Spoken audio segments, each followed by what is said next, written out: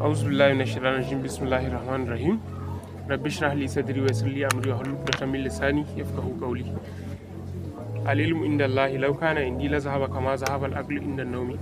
So yau last time mun yi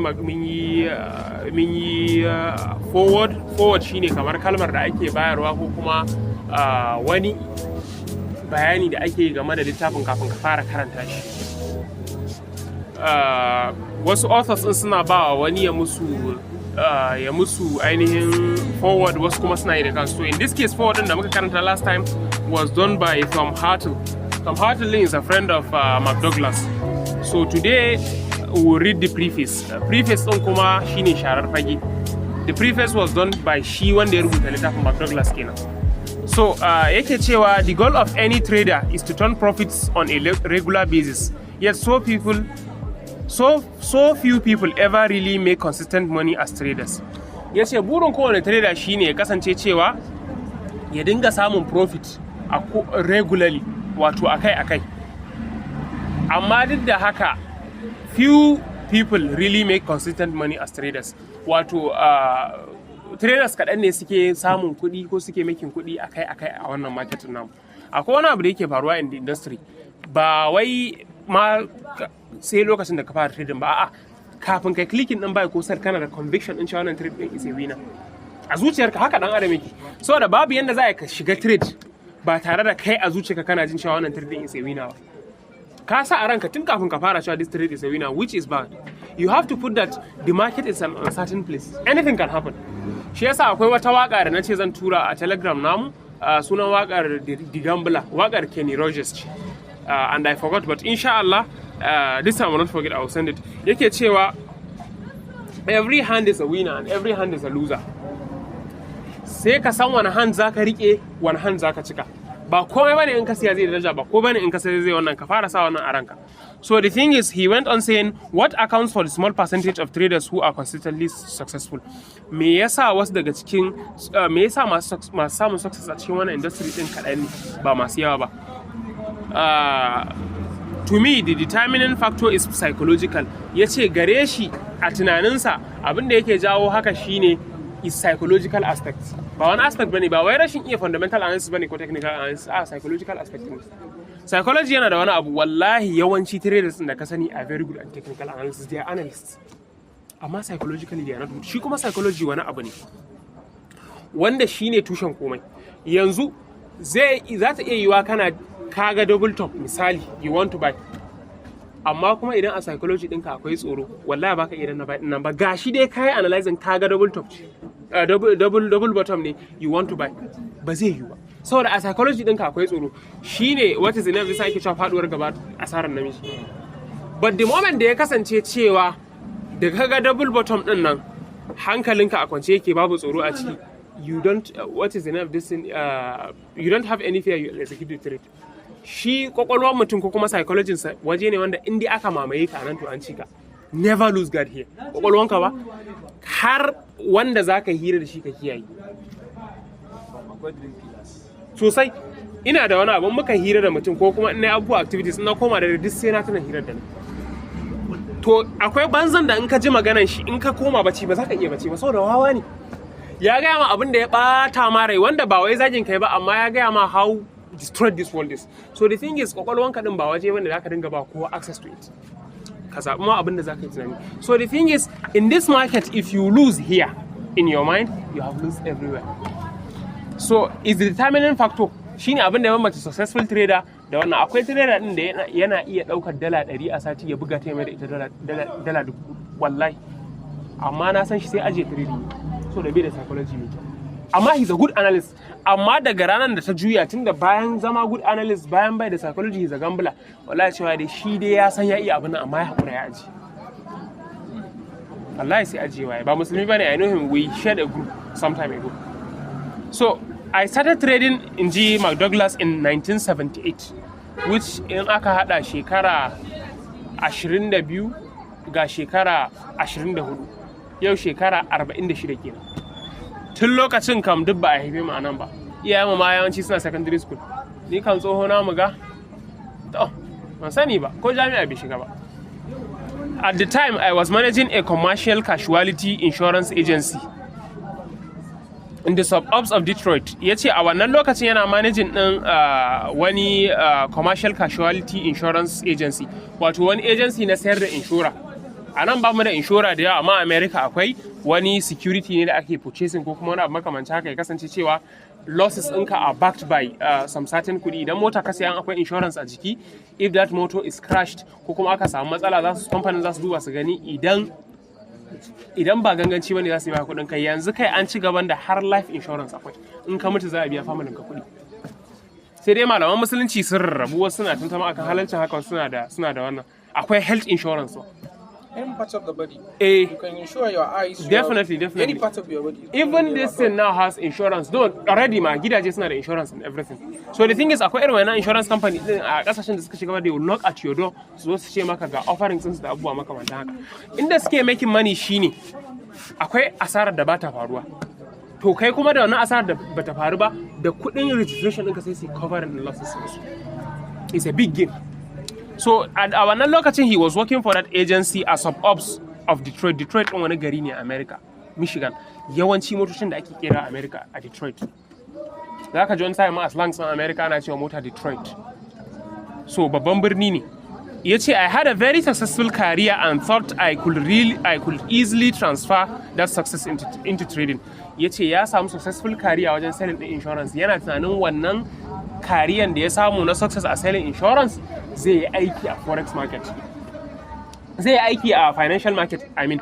So yana tunanin cewa kamar the psychology needed here is the same psychology needed here, but it's not. Because that one, you will knock to a person and you will convince him. But the moment you click buy and sell, you don't need to tell the market anything. Ba yanda za a ba wani daɗin baki da za ka mata. Ka ce wai ki san ka sai bata san ka ba. Bata san ka ba wallahi. It will just do what it wants to do. Yau a group ɗinmu, what is the name of this thing?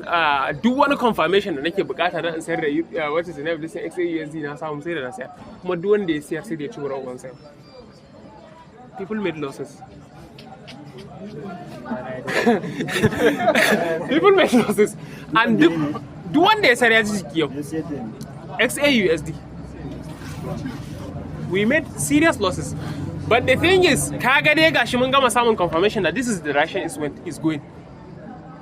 But the market does what it wants to do. Kuma wallahi wani abun mamaki, a lokacin da news ɗin America ya fito da cewa USD will be weak, ina ji durable home sales ne ko durable goods sales ne, ya fito fa positive, which in ya fito positive ya kamata a ce gold ya kasa, amma wallahi ba ruwanta da shi. Haka ta ci gaba da tafiya sama kawai. A wannan lokacin da news ɗin ya fito kamar an ziga ta, haka kawai ta dinga ci gaba da ci gaba ta yi sama. So the thing is, the market does what it wants. Ba ruwan shi da wani iya zancen ka ko kuma wani abu makamancin, kai har addu'a ka ba ruwan market da shi, na rantsi da Allah. To ina wani wanda ya yi shi kuma daidai ya wadi. That's how it is. That is how it is. So the thing is, ba wani success da kake achieving in conventional life ko kuma methods da kake applying in conventional life ba lalle sai aiki a forex ba, saboda they are totally different universes. Duniyoyi ne daban-daban. So yace unfortunately I found that was not the case. Ya gane cewa hakan is not applicable. Ba shi yiwuwa ya kasance cewa success ɗin da kai achieving in conventional life da abubuwan da muka saba yi na yau da kullum kai recording ɗin wannan success ɗin a financial market.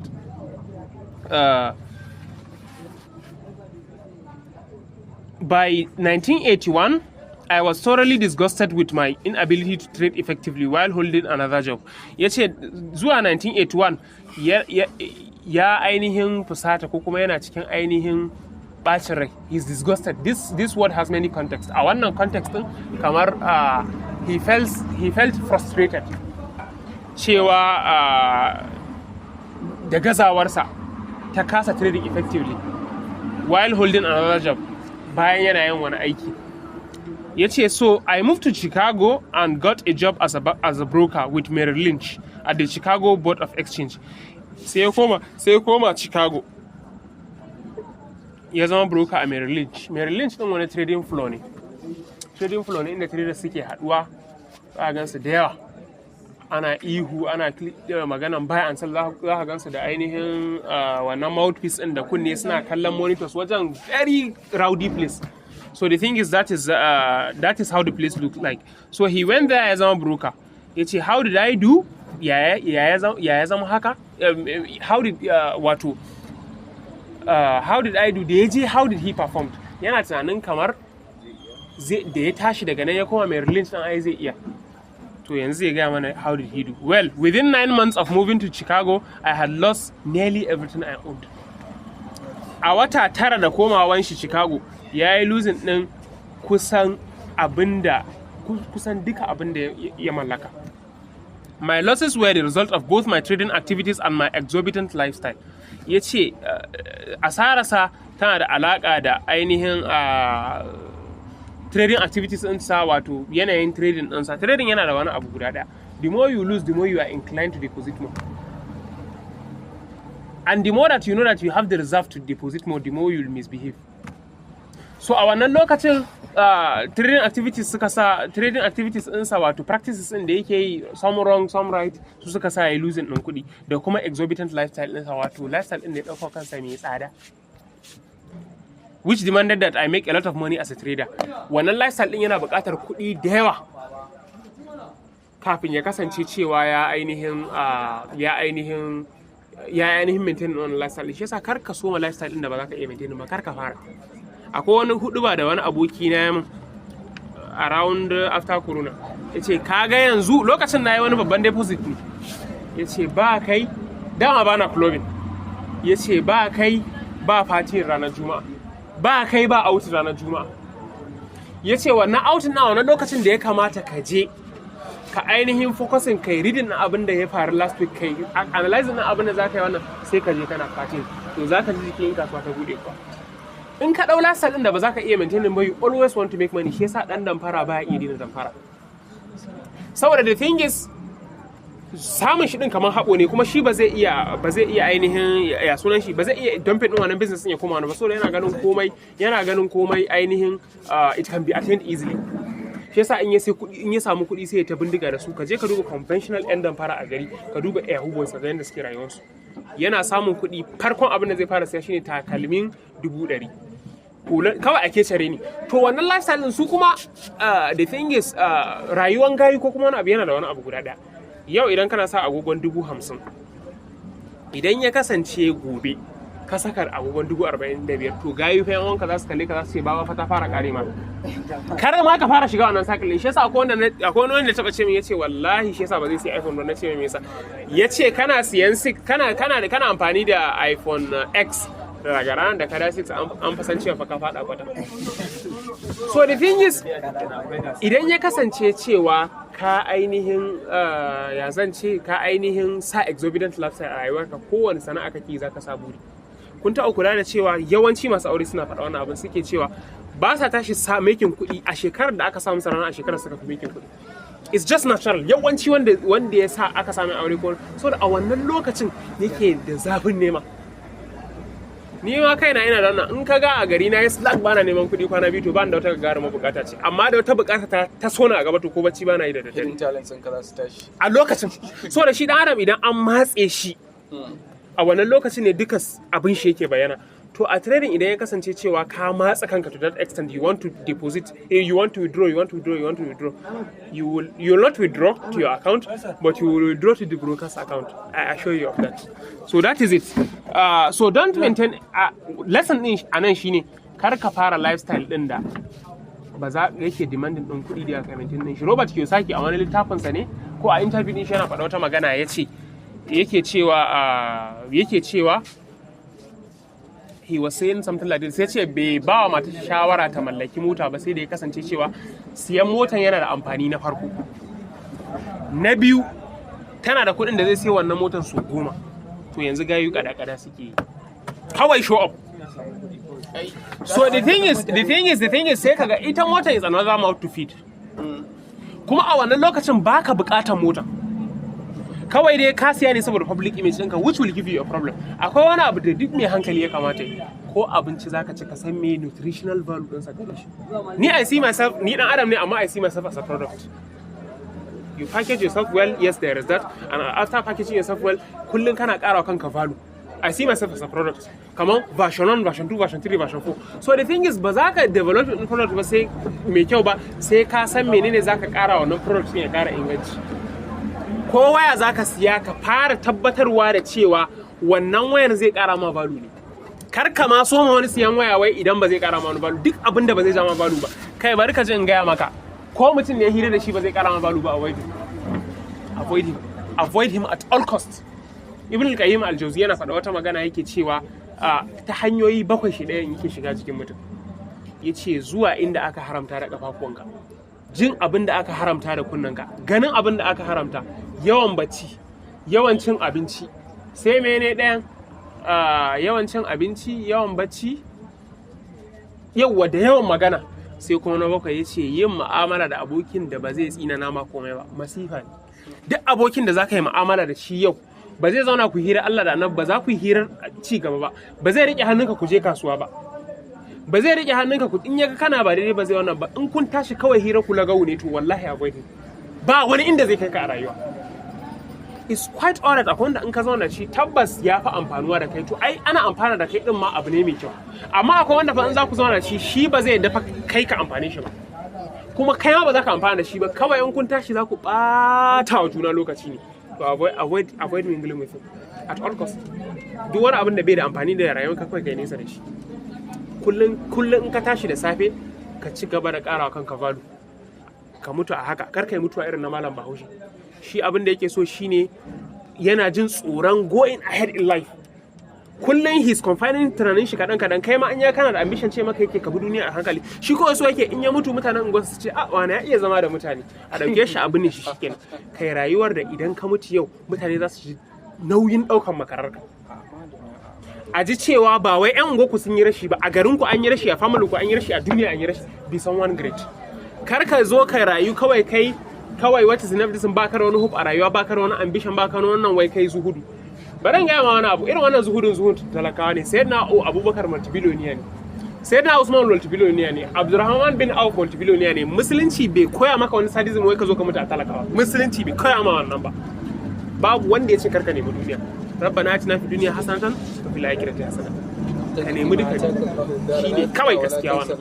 So that is it. Don't involve in exorbitant lifestyle. Wallahi in ka fara exorbitant lifestyle za ka yi ƙarya, za ka ci amana, za ka yi ha'inci don ka samu kuɗi. Ko ba trading kake yi. Always cut your coat according to your size. Kar ka ɗibi abin da ya fi ƙarfin bakinka. So in the third paragraph he went on saying that from these early experiences as a trader, when experiences in da ya samu na farko a matsayin trader, I learned an enormous amount about myself. Yace ya koyi abubuwa da yawa dangane da kansa, and about the role of psychology in trading, da kuma mahimmancin psychology a trading. Su losses ko kuma experiences ko defeat in life, especially shi a wannan context din da yake magana cewa losses din nan sun ainihin koya mai abubuwa da yawa. Asara ko kuma negative abu ya fi koya mutum hankali. Babana yana cewa wai da wanda aka gaya mai hankali da wanda aka mare shi hankalinsu ba ɗaya bane. Wanda aka mara ya koya by experience ne, yana da haƙul yaƙini akan ainihin what is the name of this thing, akan ainihin me ya same shi. Da yaron da ya ƙone da wuta da wanda aka ce mai karka taɓa wancan wajen da zafi, wanda ya ƙone da wuta ya fi sanin muhimmanci. Saboda haka ba ka tashi koyan darasi a trading sai kai loss. Shi yasa akwai wani abu da nake a journalin dina, idan na yi loss zan rubuta dollar amount din minus kaza, dan ma in ƙara wa kaina muhimmanci sai in buɗe bracket sai in sa a wannan lokacin zan duba exchange rate in kai converting din wannan dollar din to naira nawa kai losing a naira. Za ka kuɗin na da girma sai in ce to kai asaran ne nan ne saboda kaza. Duk lokacin da na kalla zan tuna to in ka kuma yin irin wannan kuskuren ga abin da zai same ka. So the thing is, losses in trading teach you something. Shi asara ko rashi a rayuwa ya fi koya ma abu dan samun abu. This is how it is. Ko abu ne baka tashi sanin mahimmancinsa sai ka rasa shakon abu da yake faruwa, sai ka yi losing na account ɗinka, sai ka ce wa kanka ina ma na yi haƙuri ko da ringa nema kullum a kai da tuni yana sai fa kai losses kake wannan tunanin. Amma lokacin da account ɗin yana zaka ce kai ni na gaji, yau yana $50, idan $30, sati ɗaya kwana yana ranging between $30, kawai barin yi risk ɗin to let me take it above. To a wannan lokacin kana da wannan impulse din na kai rising na account din, to a wannan lokacin za ka yi losing din account ka, kuma ba za ka yi realizing ka yi kuskure ba sai after you made that loss. Amma lokacin da account din yake hannunka, kai ko budurwa kake da ita tana kyauta maka, baka san tana kyauta maka sai ka rabu da ita ka haɗa yar burau ba, a lokacin za ka san cewa you made a loss. And ya ce as a result in 1982 I started working on my first book. Sai ya fara aiki akan littafinsa na farko, sunan littafin The Disciplined Trader. In mun gama karanta wannan littafin za mu iya ɗaukar shekara 1 ko 2 ba mu gama shi ba, saboda ba karatun sauri muke ba. Za mu iya tashi mai paragraph 3 saboda ma'ana muke nema, ba wai ainihin abin nan ba ainihin sauri ba. The Disciplined Trader din shi ma yana nan aje, ina karanta su a wannan lokacin. Is very good. Yana bayani ne akan discipline. Ya ce ya fara aiki akan littafinsa The Disciplined Trader, Developing Winning Attitudes. When I began this project, I had no concept of how difficult it was to write a book or explain something that I understood for myself in a manner and form that will be useful to other people. Ya ce a wannan lokacin da ya fara, so the thing is, a wannan lokacin da ya fara rubuta littafi shine littafinsa na farko, kuma bai san wahalar rubuta littafi ba.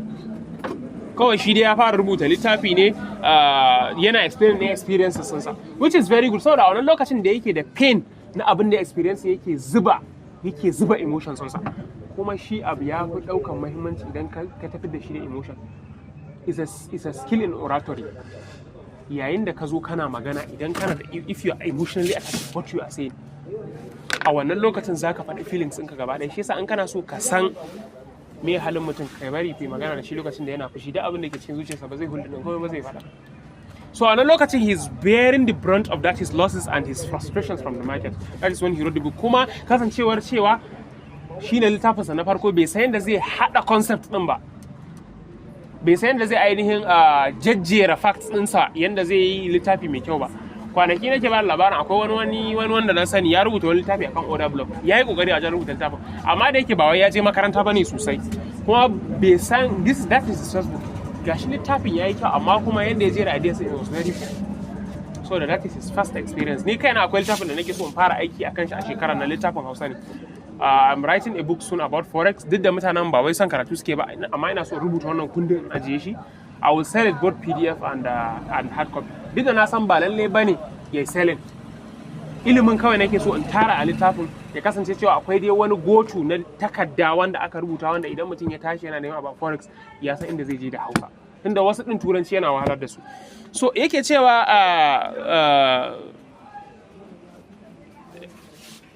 it was I had no concept of how difficult it was to write a book or explain something that I understood for myself in a manner and form that will be useful to other people. Gashi da shi experiences, amma kuma bai san da zai tsara wannan experience din ba har su amfani wani shi. I thought it was going to take me between 6 and 9 months. Ya zaci wannan aikin zai dauke shi tsakanin wata 6 zuwa wata 9 to get the job done, domin ya kammala.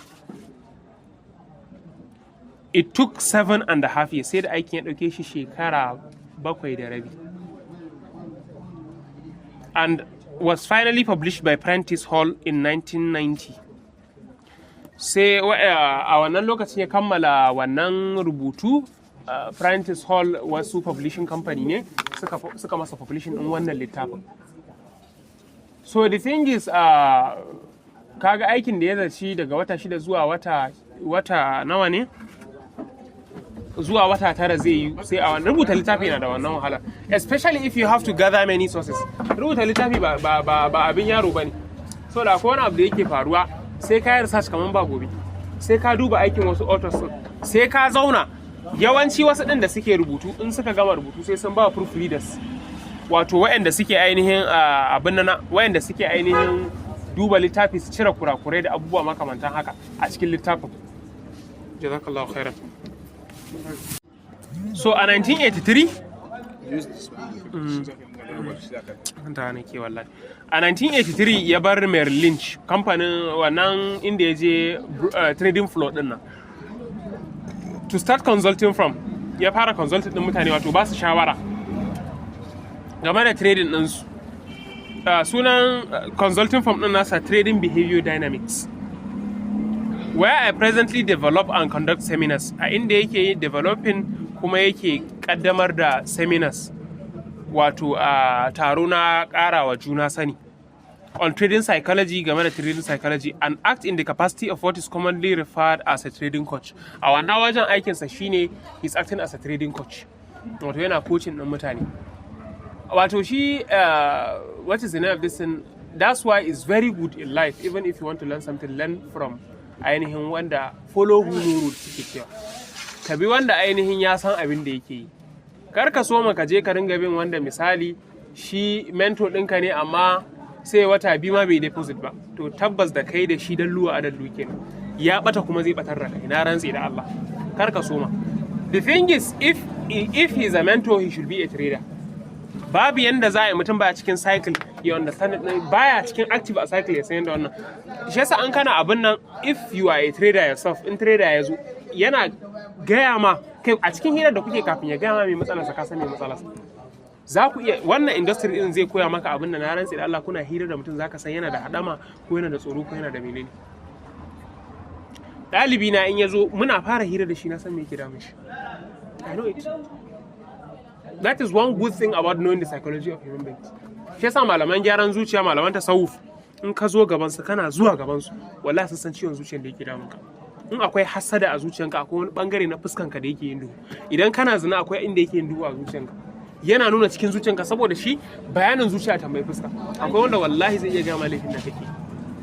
Saboda the thing is, ya yi ɗalibai da yawa, irin ku ba kai ɗaya gani ba kai na biyu ya gani ba. Ya zauna da mutane da yawa. Idan ya kalle ka Allah mai wannan fatahin da experience din nan, if he looks at you, he knows everything. Wani ma tsohon mai yin saɓa ne.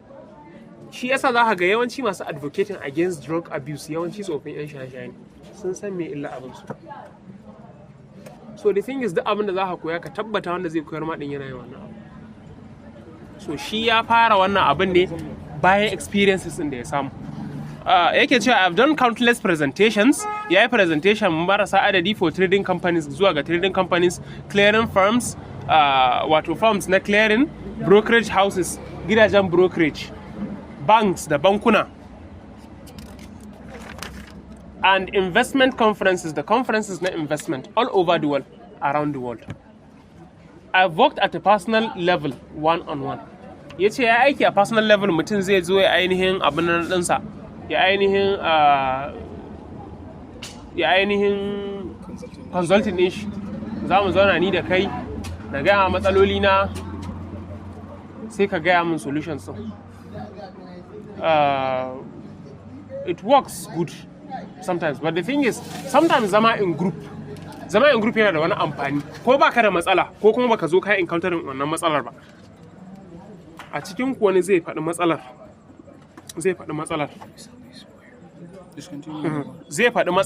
da kake fama da ita, sai ka ɗauki darasi daga gare shi. Da yawa in ana aji, ni lokacin da ina karatu, wallahi ban fiye tambaya ba, sai dai ba da ansa. Amma tabbas kafin a gama lesson waɗanda suke yin tambaya sai mutum ya tambayi tambayar da take cikin zuciyata. Ka ga ba sai na tambaya ba. Wani ma zai tambayi tambayar da ni ban yi tunaninsa ba, tambayar sai buɗe ma wani sabon babi, sai a ƙara bayani wannan. So it's very important learning things in group. Shi personal abu din zaka samu ne ka zubar da abin da ke cikin ranka ba tare da jin kunya ba, is good shi ma. But the thing is, in most cases, haɗuwa irin wannan yana da amfani, saboda akwai wani human nature. Idan kuka haɗe in group, abubuwa da yawa suna faruwa. Akwai wani delirium, akwai wani feeling da yake faruwa. In kuka kula, yasa a musulunci ake so kai sallah a jam'i, in kuka je hajji, wata sanar da su tare za ku yi dawafi in unison da abubuwa makamanta haka. Wannan abin yana ƙara bonding feeling. Ko 'yan damfara sun fi damfarar mutane in ya kasance da in group. This is how it is. Wannan ya rubuta littafi, na ji Francesco Gracia ne, akan the way of the charlatan. Ko 'yan siyasa, the most grandest form of seduction is to seduce people in group. Akwai abin da kana jin kunya yin sa kai ɗaki ka kaɗai, amma kuma in kuka haɗu da yawa za ku yi shi. Yanzu misali, in ana ralin abba gida ya ci zaɓe.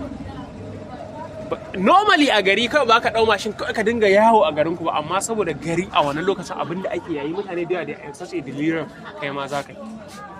Normally idan aka ga namiji ya sa jan baki, ya sa jan mayafi, yana tafiya yana rangwada, a gari matsala ne, amma ranar da ake ralin siyasa irin wannan da yake people are in a state of equilibrium is normal. That is the power of group. So he went on saying that with virtually every type of trader in the business, including some of the biggest flow traders, hedgers, option specialists, and CTS as well as neophytes. So a wannan lokacin yana ba wa ainihin masu businesses shawara wanda suke aiki a wanda su flow traders ne, hedgers wanda suke aiki a hedge firms, da option specialist da kwararru a specialist a options trading, da kuma CTS su ne commodity trading advisors wanda suke ba da shawara about what is the name of this thing, about su kansu su ma suna bayani akan psychology din da commodity din da ya kamata ka siya da kar ka siya, as well as neophytes da kuma sababbin shiga. Akwai wani abu da yake faruwa guda daya, more about experience. Yanzu misali akwai favorite author na Robert Greene, har shaye-shaye a rayuwar shi, ya yi aiki kala-kala kuma bai tashi rubuta littafinsa na farko ba sai da ya kasance da ya je wajen aiki ya ga hassada da ake masa da abubuwa makamanta haka, da abubuwa kala-kala dai da yadda aka zazzalice shi. Wannan ya ba shi experience about rubuta wannan littafi nashi.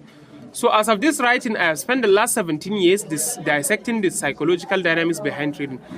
Ya ce a wannan lokaci da yake rubuta wannan littafi ya yi spending ɗin shekara 17 yana ainihin hulɗa ko kuma yana ainihin bubbuɗe babban kaɗe za a ce psychological dynamics, wato frameworks behind trading, frameworks da suke behind trading, so that I could develop effective methods for teaching, don ya ainihin developing ɗin wasu hanyoyi na koyar da proper principles of success, hanyoyi da ya kamata mutum ya bi domin ya ci nasara a wannan kasuwa tamu financial market.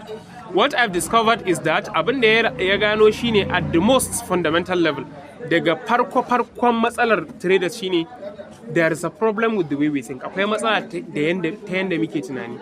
There is something inherent in the way our minds work that doesn't fit very well with the characteristics shown by the market. Ya ce akwai wani matsala da is deep down into us, inherent, wato hali ne na ɗan adam,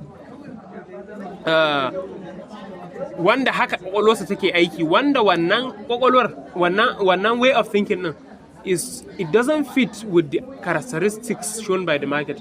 Bai ainihin yi aligning da yanda kasuwa take aiki ba. Akwai wani abu da yake faruwa guda ɗaya, duk wani abu da kake so ka ci nasara a kan shi, ba wai kana bin shi bane yanda kai kake so, kana bin shi ne yanda abin yake. Daga ranar da kofa janta ake yi ta bude, kai ka dinga tura ta kana so ta bude, to ka tabbata zaka kwana ka wuni, zaka iya yin shekara kana tura wannan kofa maimakon ka ja ta bude ba ta bude ba. That's why whatever you will do ya kasance cewa you are given something what it likes, not what you like. Wannan abin sai ka duba ka ga me yake bukata ba kai abin da kake bukata ba. Barin baka wani trick a rayuwa. Ko ainihin wannan zakai, ko kamfani zaka je ka nemi aiki, ko mutum zaka aiki da shi, kar ka fara bashi bayani akan kai me zaka samu daga aiki tare da shi, ka gaya mai what you will offer him. Ko business opportunity ka zo kawo mutum, kar ka so mu fara ce masa zan yi earning kaza, kaka earning kaza, kaka so ka fara gaya masa the benefits he will gain from behaving with you, from mingling with you, not what you will gain from that. So da dan adam kullum what is the name of this fita sai yake duba. Daga ranar da kai presenting din ainihin wannan ɗinka a interest ɗinka, zai ce to kai putting interest ɗinka abu fees. So the thing is, ita wannan kasuwa ba za ka bi ta yanda kake so ba ka samu nasara, sai dai ka bi ta yanda ita take so. Bari ga muku wani abu da yasa muke shan wahala da mata. Shi namiji mutum ne wanda is rational, mutum ne wanda yake tunani da kwakwalwarsa ba da kawazuci yake amfani ba. Ita kuma mace halitta ce wacce an yi ta da kawazuci take lissafa komai. So yayin da baka shiga cikin shoes ɗinta ka arta kalmin da ka hangi rayuwa yadda take hanga ba, ka ce bari kana so ta tunani irin na namiji, to ba ka taɓa samun abin da kake so a tattare ita ba. Ita ma mace yayin da take expecting ɗin namiji ya kasance cewa ya yi behaving yadda take yi, ya dinga abubuwan kawazuci ran shi ya dinga ɓaci akan ƙananan abubuwa da sauransu ba taɓa son abin da yake so ba, ko ya gane cewa in fa bata sa leshi kaza ba za a yi gulma a gidan biki, shi ina ruwansa, ba ruwansa da wannan. Ke ce a lissafinki wannan, ke ce ma a lissafinki ya zama na cewa What is the meaning of our zuciyar? Emotion. Ke ce a lissafinki yake haka, shi ba ruwansa, in ya ga dama ma, ni wallahi akwai wanda na sani gaye ne iya gaye, amma wallahi akwai shagon askin da nake zama ina caji, idan ya tashi biyu in ya gama wanka ɗakinsa babu basilin, wallahi man keke yake shafa a cikinsa ya gaba, ba ruwansa, amma mace ba ta iya. So the thing is, the moment that you are together with a lady, ya kasance cewa that lady you want her to think like a man, you want her to be rational, ta yi magana, ta yi abin da wai kai kake tunanin shi ne dace, to za ka faɗi. So ko mai za ka tunkara a rayuwa, ka tunkara abin yadda shi yake bukata ba yadda kai kake bukata ba. Even this market, you think like a trader, you think like a gambler. If you want to succeed in this market, you think in terms of probability. So he went on saying that those traders who have confidence in their own trades, wa'annan traders ɗin wa'anda suke da ainihin ƙwarin gwiwa a kan trades ɗin da suke ɗauka, who trust themselves, wanda sun yarda da kansu, to do what needs to be done, domin su yi abin da ya dace a yi without hesitation, ba tare da ainihin jan ƙafa ba. Ya ce are the ones who become successful, su suke cin nasara a wannan kasuwa. Ya ci gaba da cewa they no longer fear the erratic behavior of the market. Ba sa jin tsoron erratic nature of the market, wato yanayin yadda kasuwa take ba a gane kanta, is haphazard. Erratic shine abinda ya kasance cewa akwai error da yawa a ciki, baya da gaba, sawun keke ne. That's how the market is. Wallahi this strategy ka dukkansa sai yanda kasuwa ta ga dama za ta. Ina ji kwanaki wannan ya shiga competition na ainihin wannan na traders ICT, ina cycle trader, wannan gayan wanda Samuel menene masa sunan shi, you know him the ICT. I think win rate ɗinsa 70%. To wannan in ka tuna ya kamata ya sa maka hankali. Ka tuna fa shekara nawa yana trading, kuma ya koyar da mutane, amma still 30% out of 70 in ya trade sai ya yi losing. Kai waye da zaka ce ba za ka yi losing ba? Kasuwan nan ba ruwanta da wani dadewa ka ko kwarewa ka, wallahi ba ruwanta da shi. It doesn't give a fuck. So he went on saying that you have to understand this market that is erratic. But once I place in trade, ina cewa kana to ni dai na iya kokari na. It's not the market. That's why it's good to set risk. Kasancewa ga abin da kai riskin a trade ka. So he went on saying that they learn to focus on the information that helps them spot the opportunities. Suna focusing akan information din da yake ba su dama domin su samu opportunities to make a profit, domin su samu riba, rather than focusing on the information that reinforces their fears. Ba sa focusing akan information din da yake ƙara wa tsoron su ƙarfi. Shi tsoro wani abu ne that is very contagious. Bari in gaya ma wani abu, na rantse da Allah, in kana tsoron talauci sai kai talauci. Saboda you attract what you fear. Amma in kana son kai arziki, a ƙwaƙwalwarka za ka dinga ƙoƙarin yin arziki ne, ba wai za ka dinga guduwa daga talauci ba ne. Shi da abin da kake gudu, ai kana gudu kana waiwayensa, kuma yana gudu yana binka. Yayin da ya kasance arziki kake kalla, so definitely a wannan lokacin zai zama na cewa it is the one that you are chasing, baka da distraction. So shi kuma tsoro in kana da shi yana ƙara ƙaifi. Bari in gaya maka wani abu, ana pilots wani training. Yanzu idan na ce maka Mala Ali kar kai tunani akan giwa, yanzu haka giwa ce ta fara zuwa ƙwaƙwalwarka saboda hani. Amma idan na ce maka yi tunani akan jirgin sama, yanzu haka na tunanin jirgin sama, amma kuma baka yi tunanin giwa ba, saboda ga inda na yi setting din direction ɗin ƙwaƙwalwarka. Shi yasa ko ɗa kake da shi, kar ka so ma ɗanka komai ka ce kar ka fiye hani in kana uba. Umarni ya fi hani. Saboda shi ɗan adam yana da wani curiosity na abin da aka hana shi ya fi mai daɗi. Allah ya san cewa in ya ce annabi Adamu kai ya ci wannan bishiyar zai ci, ya san, saboda shi ya halice shi haka ya yi shi. Duk abin da ka ce, musamman mace da yaro, duk abin da ka ce kar a yi, wallahi they must test it. They will test it. Be sure of that. So duk wani abu da zai ƙara ma tsoro, idan mutum yana da kuɗi a account ɗinsa na trading forex, idan baya so ya lose ɗin wannan kuɗin, in ya ga setup, gashi dai yana ganin setup, amma kuma sai ya fara tunano menene zai sa wannan setup ɗin ba zai aiki ba, yana reinforcing ɗin fears ɗinsa ne. Saboda me yasa shi wannan tsoron baya so, yana tsoron losing ɗin kuɗinsa. So he went on saying, while this may sound complicated, hakan zai zama kamar abu mai wuyar fuskanta, it all boils down to learning to believe that duk abin ya ta'allaka ne da ainihin da abu na farko all boils down to learning to believe that ka koyi ka yadda da cewa that abu na farko you don't need to know what's going to happen next to make money. Ba ka buƙatar ka san menene zai faru kafin ka samu kuɗi a kasuwan nan. Wallahi haka ne. Bari ga muku wani abun dariya ya faɗa shi ma a gaba a cikin littafin nan cewa you just draw lines. So beginner zai iya zuwa kawai drawing ɗin line kuma ya making money. Kai kana nan kana fama da strategy ɗin da ka shekara 30 kana trading ɗinsa. Kawai zai shiga yau kawai wani bindin ɗinsa, he doesn't know the direction, kawai clicking buy ko sell and he will make money out of it. The market doesn't care about what you know. This is how it is. Ba ka bukata ya kasance kana da certain surety a inda market za ta je kafin ka place in trade. Saboda in dai kana neman irin wannan trade din ba su taba zuwa ba. Wai trade din da is 100% everything ya incline ne nuna ma haka. In kuma ka ce kana neman irin wannan trade din sai kaga perfect setup sai kaga ga wani resistance nan bai kai resistance mai kyau ba sai ya hana ka siya. Ko kuma sai ya sa ka sa TP din naka kasa da resistance maimakon ka sa TP din ka din can sama da haka. Ya ce abu na biyu anything can happen, komai ma zai iya faruwa a kasuwan nan. Shi yasa never lose guard, ya kasance cewa sanin cewa anything can happen, keep your stop loss in place. Keep it in place. Ya kasance cewa stop loss din nan naka tunda ka san you are trading in an environment da baka san menene outcome din abunka ba, ka san ka kayyade asara ka kayyade riba ka har TP kar ka bari.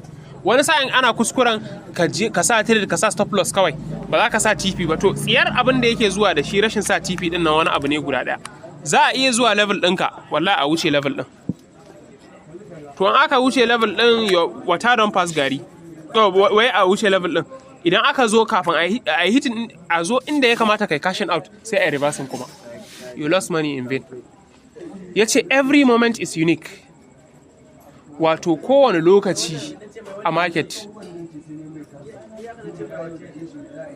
shi ɗaya ne fardun baya maimaituwa. Duk wasu traders din suna da ja akan wannan abu, suna cewa the market repeats itself, there is nothing new in the market. To wannan school of thoughts ne kala in the market. Meaning every age and outcome is truly a unique experience. Wato haka yana nufin cewa kowane age, wato kowane hanya na perceiving din market domin a ci nasara a kai is ainihin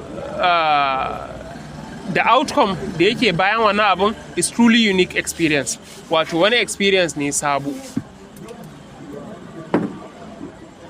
Ya ci gaba da cewa the trade either works or it doesn't. Shi trade din ko ka ci riba ko ka ki ci riba. Bari ga muku wani abu a forex market, abu biyu ne babu na ukun su. Ko ka ci riba ko ka faɗi. Binary ne abun, is ones or zeros. Though losses din kan range, zai iya zama big loss ko small loss, an fi so ya zama small loss. Zai iya zama big profit ko small profit, an fi so ya zama big profit. Zai iya zama break even, shi ma is okay. Always keep your losses small. So it either work or it doesn't. Babu na tsakiyar su. Me na jin tsoro? Tunda ka san cewa wannan trade din abu ne, ba wani abu na uku da zai faru. So the thing is, me ka shiryawa idan baka ci nasara ba? Me ka shiryawa idan ka ci nasara? You have to ask yourself this. So he went on saying that in any case you wait for the next age to appear. A kowane lokaci ya kasance cewa kana cikin shiri domin wani opportunity da za ka shiga kasuwa ya bayyana. And go through the process again and again. Ka kuma komawa wannan hanyar da ka bi ka ci riba ta da domin ka ƙara executing in trade ɗinka. With this approach you will learn in a methodical. A wannan hanya za ka koyi abin in a methodical, wato hanya na wato tsari, method. Wato aka ce tsari wani underline ko outline method wanda an riga an yi is tested and proven. Akwai wani abu da yake faruwa in this industry, the more you practice the more you learn. Saboda sai kana practicing ne zaka san me yake aiki. Idan baka practicing ba zaka sani ba. You have to show up in the market every day. If there is no opportunity sai ka rufe terminal ɗinka. Amma you have to show up every day to practice. Idan ma babu practice sai ka je kai back testing. Wanda suka kware har abada ba sa daina practicing. wallahi tallahi zaka sha mamaki artist da athletes aikin da suke yi. Yanzu wannan ya sunan shi lokacin da Ronaldo, na manta bana kallon kwallo amma an ce Ronaldo in kaga training routine ɗinsa zaka sha mamaki yadda yake training routine ɗinsa na training. To ai Ronaldo akwai dan bal din da ya ganshi tun yana yaro yake cewa wata zai zama kamar Ronaldo. Yace sai bayan ya zama dan bal din ya zama successful dan bal din, in fact suna team ɗaya da Ronaldo, yace cewa sai a lokacin ya gane cewa ba zai taba zama irin Ronaldo ba. That is how it is. So work ethic din Ronaldo ya fita da work ethic shi yake bambanta wannan. So you have to put that work ethic. Akwai wani pastor da suka taba hawa jirgi da Dangote. Yake cewa da muka hau jirgin nan duka waɗanda suke cikin what is the name of this thing ya sunan class din nan, business class, top tier class dai na jirgi, dukkan su sun yi bacci. Amma ya ce gashi Dangote ne amma kuma da littafi da takarda a hannunsa yana gyara financials ɗinsa, yana research, yana meme. Duk wanda in kaga wani baban za ba wallahi ba a samu duniya da bacci, ba a samu. Duk wanda kaga ya zama wani sai da ya gigita dare, haka mai ta'alimi ya ce sai ka gigita dare ko da addu'a ko aiki. Haka muka tashi muka ga iyayen dare su kwana suna jan carbi, su kwana suna karatun Qur'ani, da safe su tafi office ko su tafi kasuwa. That is how to make success in this world. In ka rike gado wallahi za ka gado. Kuma market din nan idan ya kasance cewa terminal din naka ma you didn't install it, a terminal din naka ma baka buɗewa, sorry for you. A wannan lokacin in kai depositing duk practice ɗin da ya kamata ka yi sai ka yi shi a account ɗinka wallahi. Kafin ka ƙarasa ka ƙone account ɗin. So that is how it is. So you have to show up every day. Domin ya kasance cewa in that way ne you learn in a methodical, non-random fashion. Not in a random fashion. Akwai wani abu da yake faruwa. Za ku ga ko wasu professional traders suna yi, they trade random. Kuma is bad. That's why it's good to have a trading plan. Ka san me kake yi. Kuma in kana journaling, za ka san menene yake aiki, me baya aiki, wani kuskure ne kake yi daidai, wani kuskure ne baka yi daidai. So idan baka yin abu baka sanin me wannan. Bruce Lee yake cewa I don't fear a person who knows 10,000 kicks. I am afraid of a man who practice one kick 100 times, 10,000 times. Haka abin yake. Yasa ku ga mutum mai zurfin ilimi in most cases wani sa'in ya fi mutum mai faɗin ilimi. It's good ka san abubuwa da yawa amma yana da kyau ya kasance cewa an san ka a kaza. Robert Greene yake cewa intensity beats extensity every time. Wato zai zurfi abu ya fi ka faɗaɗa da yawa kusan kowane lokaci. Akwai mutanen da ake yin su a cikin kwallonsu da polymath. Polymath shine za ka ga mutum ya iya ɗinki, ya iya gyaran wuta, ya iya kaza, ya iya abubuwa da ya iya maths, ya iya business, economics, ya iya kaza. Kuma za ka ga ya kware akan kowane da iya ba kowa ne ake yin su. Leonardo da Vinci yana daga cikin mutanen da Allah ya musu wannan baiwar. Imamul Ghazali ma yana daga cikin wanda Allah ya musu wannan baiwar. Sannan Ibn Sina ma yana da wannan baiwar. Ba kowa ne ake yin shi haka ba. Za ka ga an kaje Da Vinci za ka gani, za ka ga yayi theory akan art, za ka ga ya zo yayi theory akan biology, za ka ga ya zo yayi theory har akan music, za ka ga ya zo yayi theory har akan mathematics. Sai shege. Baiwa ce Allah yana, amma kuma gwara ya kasance cewa an san ka a cinikinka guda ɗaya. Non-random fashion that works and what doesn't. And just as important, you will build a sense of trust. Za ka yi build a sense of trust game da wato game da method ɗin da kake amfani da shi. Ko mutum ne in kuna harka da shi, ba ka ƙara yarda da shi sai ya zama da cewa in kuka yi harka da shi yau ya maka daidai, gobe kuka yi harka da shi ya maka daidai, to kullum daidai ɗin nan da ya maka yana sa kana ƙara samun confidence da shi. So this is how the market is. Kana ƙara samun confidence akan method ɗinka ne da pitfalls ɗinsa in kana applying ɗinsa. You must be applying your edge consistently. So yake cewa so that you won't damage yourself in an environment that has the unlimited qualities the market have. So that you need that trust, so that karka ainihin cutar da kanka a wannan environment namu na forex market ko kuma na financial market in general. Whether you trade crypto, or you trade futures, or you trade bonds, or you trade stocks, or you trade whatever that is, as long as it's in the financial market, you need what is written in that book to thrive. Yake cewa that has the unlimited qualities the market have, da take da ainihin qualities masu yawa wanda wannan kasuwar take da shi. It has many features. Wallahi duk ƙwarewarka bayan da za a yi sati ya fito baka koyi sabon abu ba. Kai wani sa'in ma akwai trading day din da zai fito sai ka koyi sabon abu. Shine ai ɗazu yake cewa every moment is unique. So it's very good ya kasance cewa in ka samu wannan experiences sun karka ya kasance cewa ka bar shi a iya cikin kwakwalwarka, ya kasance ka rubuta shi. Laraba suna cewa wai duk kaifin kwakwalwarka bai kai kyan biro da takarda ba. In ka rubuta a biro takarda kan na kashe filhajari kamar rubutu ne akan dutse, yana nan sai dai in takarda ce ta kone, amma kai annisiyanu sunanka. Ai shi yasa ake ce maka insana, kai dan adam ne, kana mantuwa, za ka manta duk wani experiences naka na rayuwa da goals ɗinka da dreams. Kai ni in na mafarki na tashi sai na rubuta saboda kar ya bata, saboda ina yawan mafarki, kuma in na mafarki guda 5 uku suna da ma'ana. Daga ran da na ce barin bashi a kwakwalwata abubuwa sun min yawa da sai na manta kafin sati ya fita, musamman mafarki mai samatsi. Da dreams ɗinka da goals ɗinka a rayuwa ya kasance kana rubuta su, ya kasance cewa akwai littafin da you are writing things like this, you will go ahead in life. Don't live like a random person. Kar ka taɓa rayuwa kamar gama garin mutum, kar ka soma. Kai barin gaya ma, in ka ga yanda gama garin mutum kawai in ka ji irin slangs da suke amfani da shi a garin kana so ka ci nasara a rayuwa, yanda gama garin mutum yake magana ma karka. A wannan waya za ta yi to wannan slang ne na gama garin mutum, avoid it. If you want to be special, you have to act special.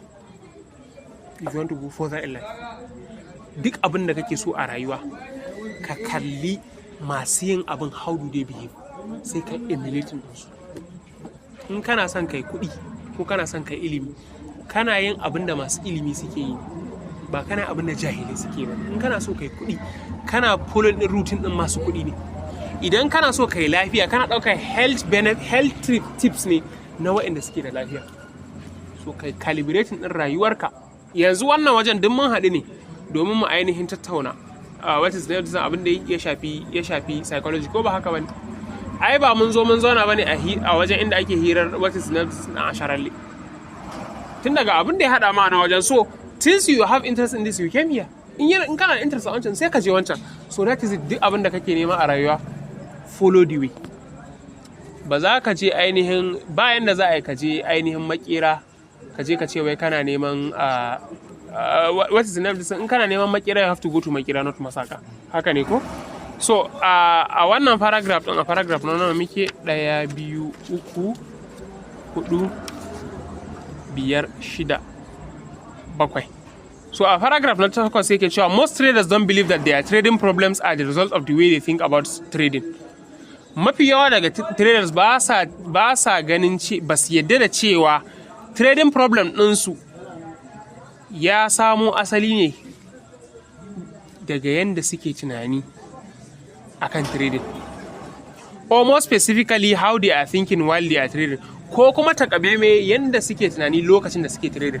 Akwai wani abu da ɗan adam yake da shi guda ɗaya, ɗan adam ba ya taɓa yadda ya laifi, kuma in kana da wannan halin ma ka ajiye shi kafin ka fara trading da forex.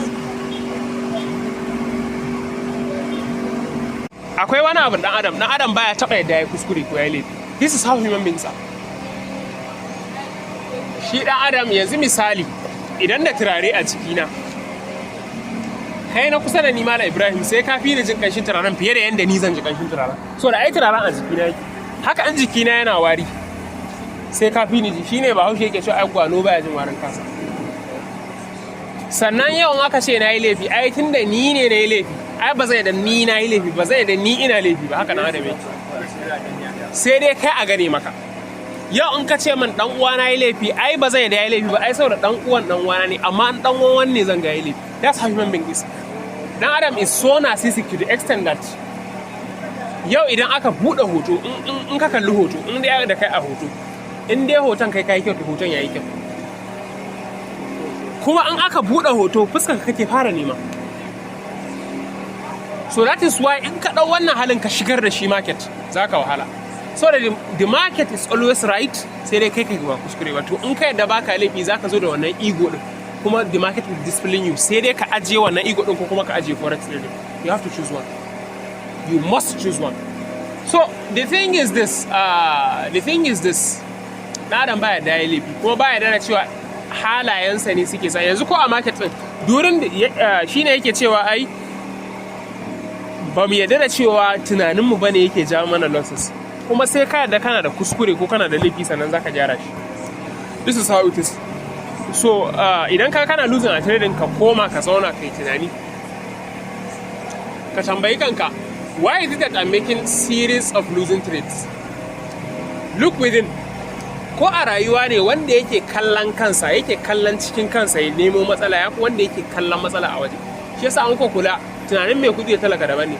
Shi talaka kullum gwamnati ta hana ci gaba, masu kudin unguwarsa sun dakile shi, a'a wane ya cuce shi, a'a menene, mai kudi ba ka taba jin wannan magana ba. Shi mai kudi kullum gani yake rayuwarsa project din kansa ne, zai yi hoɓɓasa ne ya samu. Shi kuma mai talaka zai ce a kaddara ba ta yi favorin ɗinsa ba, a yayi addu'a Allah bai karɓa ba. He is always looking outward, shi baya leave.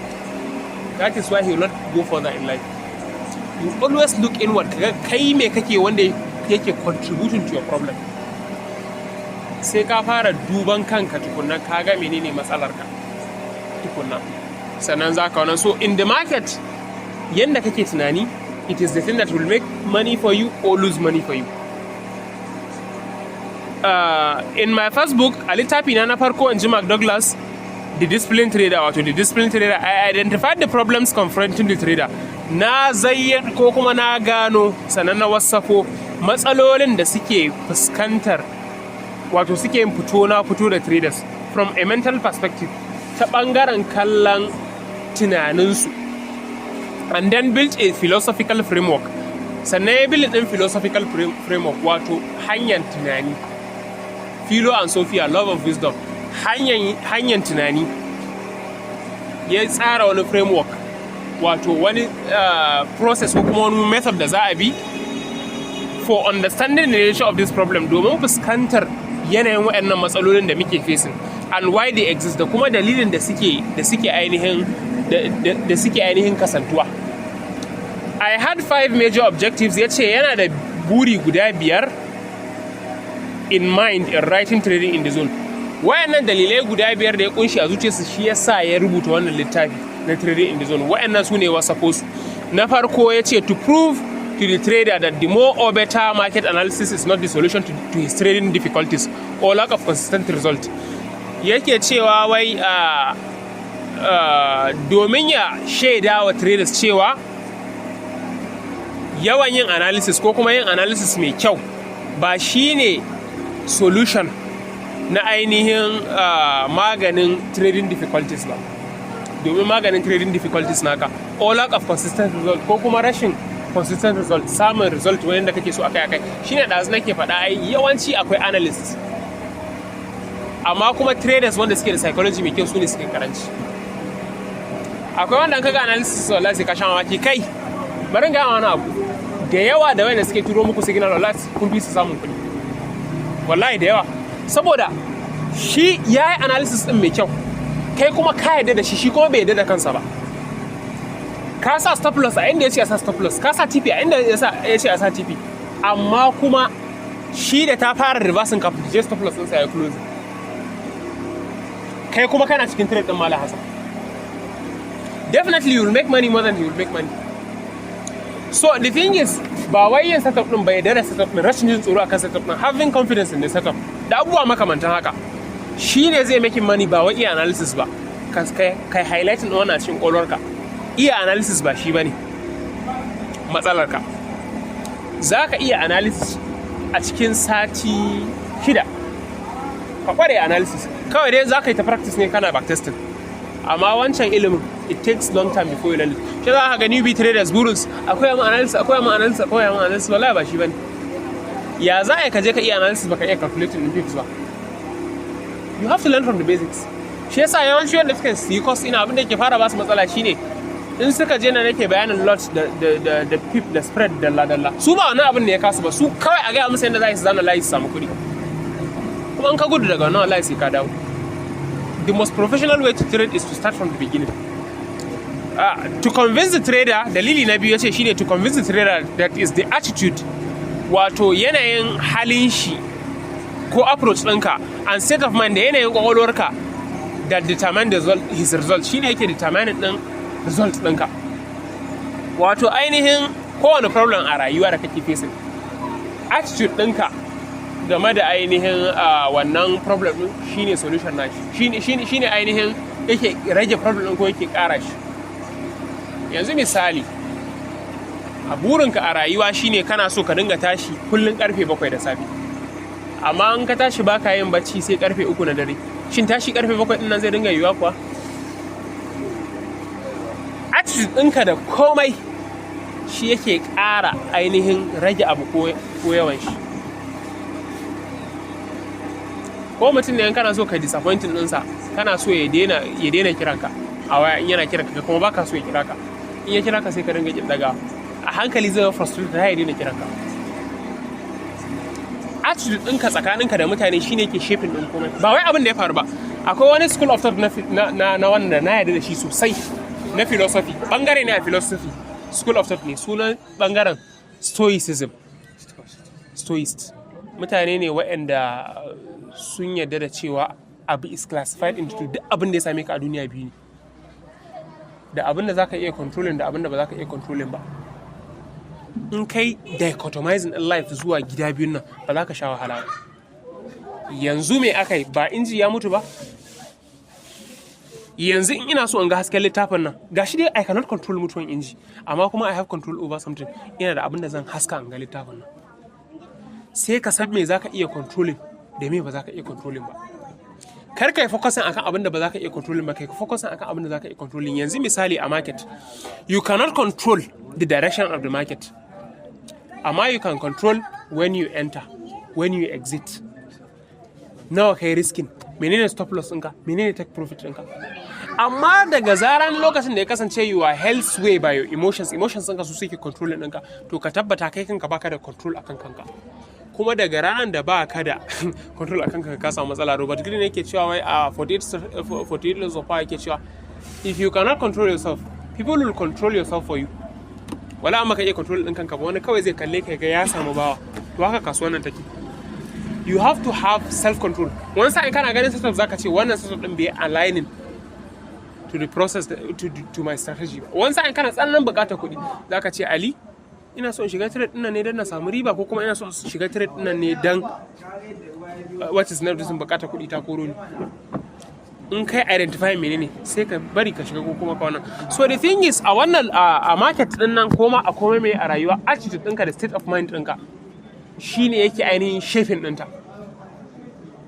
Abu na uku ya ce to provide the trader with the specific beliefs, da ba wa trader da specific beliefs, wato wasu ƙayyadaddun imani ko kuma tunani. Ya zan sa belief ne, wato abin yadda, very good yadda, and attitudes and paradoxes in thinking.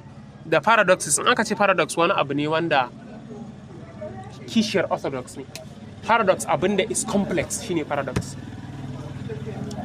Yanzu aka ce orthodox muslim shine musulmin da yake bin wasu zinabdisin musulunci yanda musulunci ya zo.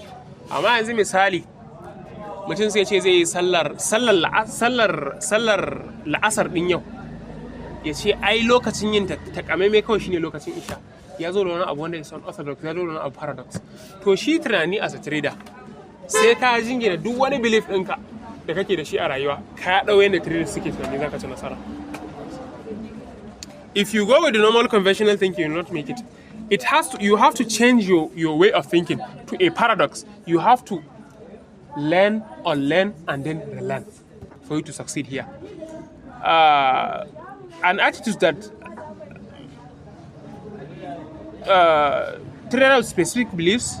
No, na yi tsallake a nan, sorry. Point 3, yake cewa to provide the trader with the specific beliefs and attitudes that are necessary to build a winner's mindset. Domin providing, ya rubuta abu ne don ya providing ɗin trader da wasu specific belief, ƙayyadaddun what is the name of this yadda, ko kuma way of thinking, the attitudes, the way of reacting to something, shine attitude in this context, that are necessary, da suke da mahimmanci to build a winner's mindset, domin samun winner's mindset, which means learning how to think in probabilities, koyan yanda za ka yi tunani in probabilities. Shi kan shi winning is a mindset. Maybe kun taba jin wannan quote a baya. What is the name of this winning a rayuwa is a mindset. Wanda yake da winner's mindset ba ɗaya bane da wanda yake da loser's mindset. Idan mutum yana da winner's mindset, kullum yana tunanin cewa yau possibly yau ita ce ranar samun nasara ta. amma mutum yana losers mindset yana ganin ai tunda na faɗi a baya a gaba ma zan faɗi, tunda na rasa a baya a yanzu ma zan faɗi. So this is the difference between having a winner's mindset and having a loser's mindset. You have to develop this attitude. Ya kasance cewa you have a winner's attitude, that you believe in yourself and something like that. And and learning how to think in probabilities. This market ba abu bane wanda yake kayyadadden abu. That is why you have to be a statistician. Sai ka zama yin statistics, sai ka zama yin tunani in probabilities. Gidan caca suna hosting ɗin mutane dubunnai a rana. Su ba ku free drinks, su ba ku free music, su ba ku free entertainment. Su sa babban prize wanda in ka ci zaka tafi da shi gida. Amma kuma still they make money. How do they make money? Calculating in probabilities. Komai nasu kintace ne. Kintace ba ƙarya ba ne. So you have to be a statistician, not the gambler in this aspect if you want to succeed in the market. Wanda yake da confidence a age ɗinsa, tunda ya san how probability works. Ya san cewa on average ga adadin da yake losing. Idan yau ka san cewa longest losing streak ɗinka in most cases 7 trades ne. In ka ɗau trade na farko kai losing, ka ɗau trade na biyu kai losing, ka ɗau trade na uku, duk hankalinka ba zai tashi ba. So da ka san cewa a trade na 7 zuwa na 8 za ka yi winning. So that you are thinking in probabilities. Kuma ka san cewa risk to reward ratio ɗinka na wannan 3 trades ɗin da za ka yi taking out of 10 zai cover in loss ɗinka. To me na tada hankalinka. So you must learn to think in probabilities. Kuma ka san cewa daga ranar da ya kasance cewa baka yi amfani da risk to reward ratio ba, ka yi riskin ɗin $50.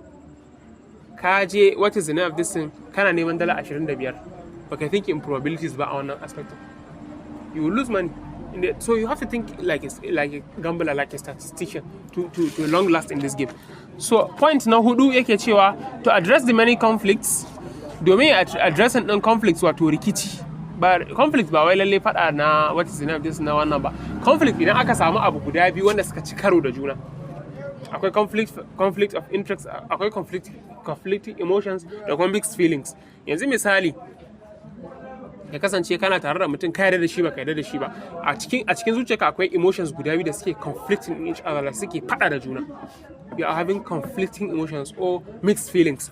So wa'annan conflicts in this context ya zo dalilin da ya sa rubuta littafi, dalilin shi na hudu shine dan ya address din wannan conflicts din da contradictions da wasu abubuwa wanda suka sha bamban.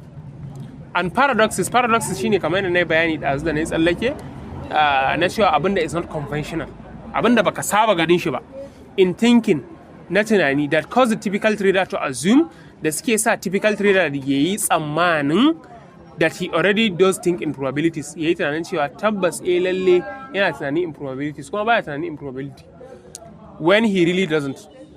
Kuma baya yi what is the name of this thing, kuma he really doesn't, yana ganin kanshi haka. Ko wani cardinal law da Robert Greene ya faɗa a law of human nature, cardinal law ne kuma duk ɗan adam ya yarda da shi, kuma kuskure ne. Duk ɗan adam ya yarda yana da hankali, kuma wallahi ba hankalin da kake tunanin kana da shi baka da shi. Ya daga cikin ba abin da yake tayar min hankali da littafin. Kana ganin kai kana da hankali, shine wani masani yake cewa ai kowa yana da hankali daidai gwargwadon yadda yake tunanin ya cancanta. Shi ne aka ji mutum ya ce karkare na mun hankali. Za ka ga mutum baya neman shawara saboda yana tunanin shi wisdom ɗinsa ya ishe shi, kuma wallahi ba haka bane. Duk ɗan adam ya yarda da cewa his wisdom is enough for him, kuma ba haka bane. Dan adam yana tunanin kullun yana daidai da sauransu. To haka ma wani gashi baka da abu amma kuma kana tunanin kana shi. In this aspect you're not thinking in probabilities but you think that you think in probabilities. Lokaci yana hararan mu, we are getting done in less than 8 minutes or 8 minutes self. Yeah, we are getting done in 8 minutes. If you are done with this preface, we'll close for today inshallah. So wannan littafi zai taimake ka wajen yin tunani in probability. Ko da kana tunanin in probability, bayan baka tunanin in probability, wannan littafi zai taimake ka domin kai tunani in probability. Yace note abu na biyar yace to take the trader through a process, domin ya ɗau trader zuwa wani wasu matakai that integrates, da yake saka this thinking, wannan tunani, this thinking strategy, wannan hanya na yin tunani into his mental system, zuwa ga system ɗinsa na tunani at a functional level. At a functional level wato deep down fundamentally abin ya zauna a cikin ƙwaƙwalwarka, daga root beliefs ɗinka ya kasance cewa ya zama deep rooted belief ɗinka kullum da shi kake amfani. Yau misali, wanda tun can da ya yarda da cewa idan suka haɗu da wani kullum sai sun yi faɗa, yana da wannan deep rooted belief ɗin, to in suka haɗu da wani kowa na bai harare shi ba zai ga wani ya harare shi sai su yi faɗa, saboda ya yarda da wannan abu. Shi deep rooted belief da kake da shi a cikin zuciyarka yana da matukar tasiri, saboda haka idan kana da wani thought da kake so ka sashi a ƙwaƙwalwarka, ka kai shi can cikin ƙasar zuciyarka, kai shi can cikin ƙasar ƙwaƙwalwarka, ya zama na cewa shine duk wani tunani a zuciyarka daga nan yake arising, daga nan kake istinbadinsa, daga nan kake nan na goshi. So wannan belief na as a good trader, you have to ingrain it on yourself at a functional level for it to work effectively. Ya ce note, until recently, kafin baya-bayan nan, most traders were men. Yawancin traders maza ne. But I recognize that more and more women are joining the ranks. Amma yanzu ya yi la'akari da cewa mata suna shiga wannan sahu-sahu, suna shiga trading sahu-sahu in droves da yawansu. Even yesterday, I was explaining to that girl, Esther, she was asking me about meeting nan ba a halarta, ne ce, it's quite alright, amma industry din mu kafin ki ga mace ɗaya tana trading, kin ga maza 99. A group ɗina na WhatsApp na HFX mace ɗaya ce, kuma ita ma wata nan ta shiga group. Kuma da ƙyar ta shiga ta ce, to tunda babu ƴan wanta mata, na ce ki zo ki zama kallabi tsakanin rawuna. Ko wani abun mamaki, yau trade ɗin da muka sha wahala a ciki, ita kuma she made profit a ciki. We sold and she bought. Ɗalibar Speedu ce, Zinatu. Yeah. So su ma they perform better in this market if they are wannan. Da babu traders da yawa a wannan. Na taɓa karanta tarihin wata trader musamman Hausawa mu. Ranar da muka je Kabana Capitals, Aiman ni da kai mun ga wata yarinya. Amma da get fine. She fine. She fine. Kuma ka san bari dai mu ci gaba da karatu. Mun kace Allah isa talauci. Aiman kan muna hira ai 50% of the time ita yake kallo ba ni ba. 50%. Kuma abin da ya burge ni da ita she look serious. Ina son serious mutum a rayuwata. Da gaske take abu. Ko ya za mu je ne mu samu mu karɓi nan yarinyar nan. Ai da kun sani kun yi sama ya kan. Amma ba komai ai ba losing chance ba. Ya kamata. Ya kamata. Na gida yarinya ta ga dan wanta mai kuɗi. Sosai. So yawanci za ku ga industry din nan babu mata da yawa. In an effort to avoid confusion and awkward phrasing, ya ce domin yin kokari kada ya ainihin yi ya sunan shi don kai confusing din mutane kuma ya sa phrasing din nasa wato yanayin yadda yake jera kalmomi ya zama wani iri ya zama bambarakwai. Ya ce I have consistently used the pronoun, ya yi amfani da pronoun wato gurbin suna a nan wajen he, wato yana amfani da shi maimakon ya dinga cewa ita tunda yawanci a market din namu maza ne. Throughout this book in describing traders, domin yin bayanin traders, this certainly does not reflect any bias of my part, but Turawa are very sensitive of that. Yanzu wata in ta fara karanta littafin nan ta ce tunda aka fara magana da littafin nan haka maza ake kawai sai feminism ɗin ta kawai yake kin an nuna industry ɗin nan su mata ba su da gurbi. Kuma ba za ta yi la'akari kawazushinta ba zai bari ta yi la'akari da cewa maza are the predominant. Kuma shi dan adam ma ai mankind ake ce masa. Generally ai mutum ma ai is a masculine abu. Ba wai an maida mace ba dan adam bane idan aka yi ana maida abu super muzakkara. Shi ko Allah in ya tashi wa dan adam magana ai yana amfani da shi ne a super muzakkara. Shi kanshi yawanci Allah in zai tashi yin bayanin kansa ai a super muzakkara yake magana. A few cases ne a Qur'ani Allah ya kira kansa da super mu'annasa. So the thing is Turawa are taking this very sensitive. Yanzu bature da baturiya ma Ingila wannan ka ce mai he ko shi sai zama laifi.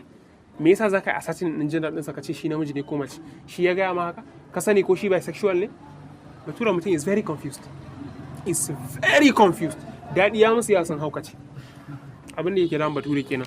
So trading in the zone presents a serious psychological approach to becoming a consistent winner in your trading. Trading in the zone ya kawo wani serious psychological approach. Wato wani hanya that is serious, wani psychological approach that is serious. Wato hanyar yin kirdado ko kuma ainihin yin approaching ɗin market domin zama consistent winner in your trading. Consistency is everything. Ko Allah ya fi son consistency akan abin da zaka yi da yawa ka bari. Yau wanda yake yin salati 10 kullum in ya tashi ya fi wanda kai sai ka bushe iska kake yin 100. Allah ya fi son kullun kai. To even in the market an fi son consistency da ya kasance cewa kai bugu ɗaya kake yi kawai.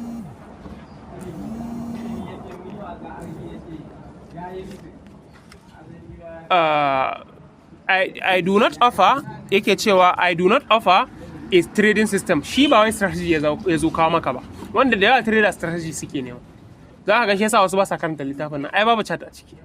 To burin su akwai littafin sa da ranka kamar akwai chat, but muhallin shayi dai ba chat ba strategy ya zo magana akai ba. I am more interested in showing you how to think in the way necessary to become a trader. Yace interest ɗinsa shine, babban interest ɗinsa shine ya koya, ya nuna maka yadda za ka yi tunani yadda ya kamata domin zama profitable trader. I assume that you already have your own system. Ya ce tuntuni na yi tsammanin cewa already kana da strategy ɗinka, your own edge. You must learn to trust your edge. Malam Umar sai gobe? Yeah, we are few words from rounding up. Allah ya kai mu lafiya. I assume that you already have your own system, your own edge. Ya ce ya yi azumin cewa already kana da strategy ɗinka, kana da own edge ɗinka, so ba sai ya koya maka ba. You must learn to trust your edge. Sai ka koyi ka yadda da edge ɗinka, saboda ko me in ka yadda da shi ya fi aiki. Bari ga muku wani trick a rayuwa. Yau idan akwai wanda baka yadda da shi ba, za ku yi harka da shi, ka nuna masa ka yadda da shi.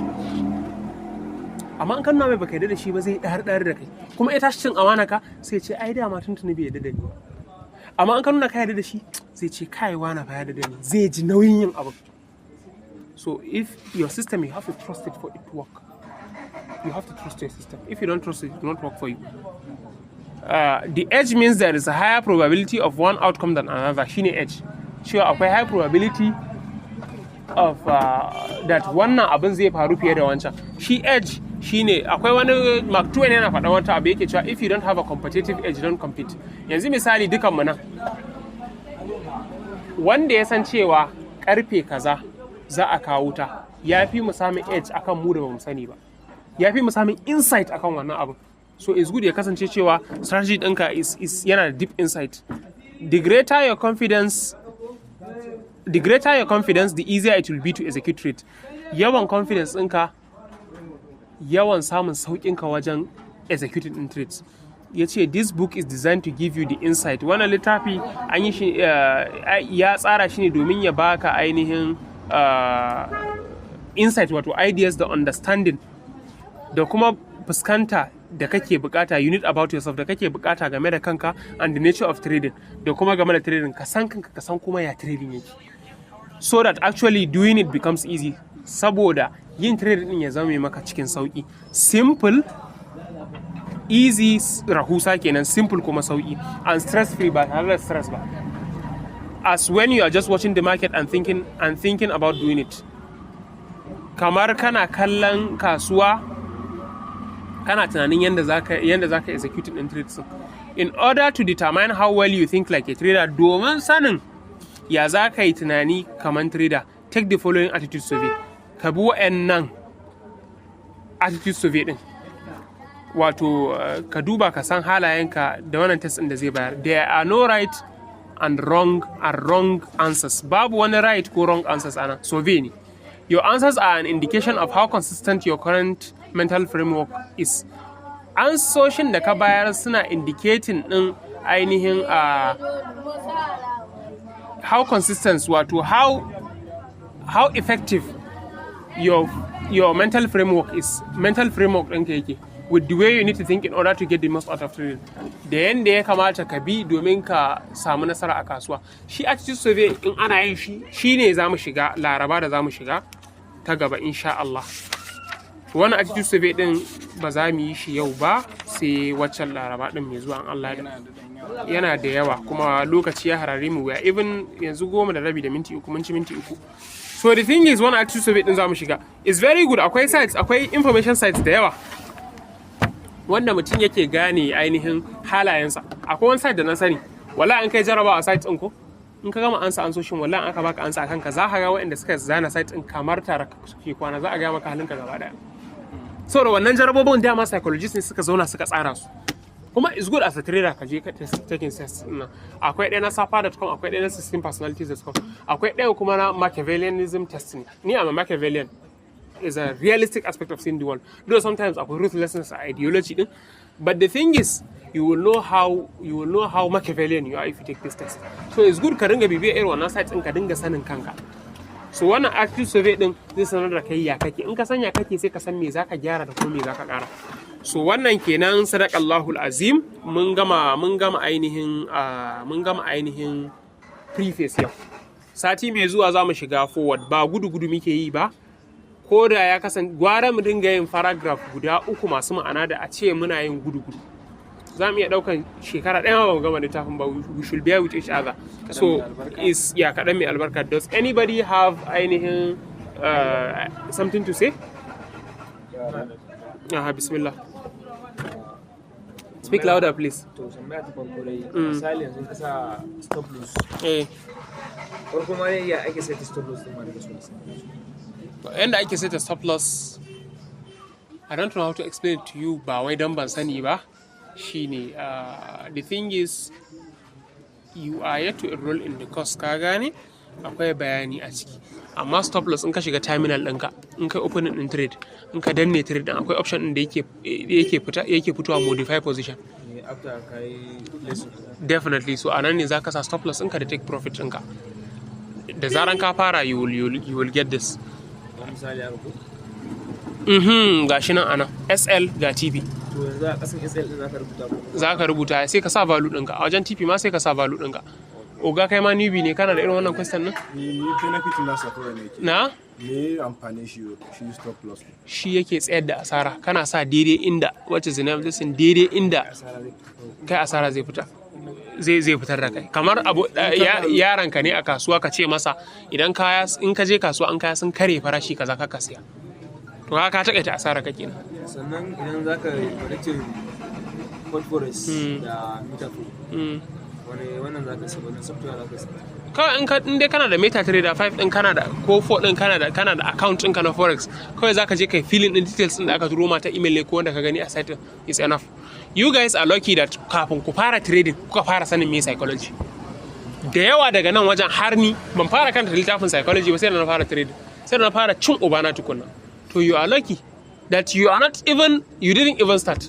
Amma dukkanmu nan sai da muka fara sanin muhimmancin abin sannan muka wannan. Though you are deprived of some experiences, ba ku samu abin a ainihin haƙul yaƙini ba, yanzu ilmul yaƙini kuke jin sa. Sai kun fara trading za ku gane duka abubuwan da ake faɗa, the challenges din da suke zuwa. So it's good that you are here and you started learning about psychology before wannan.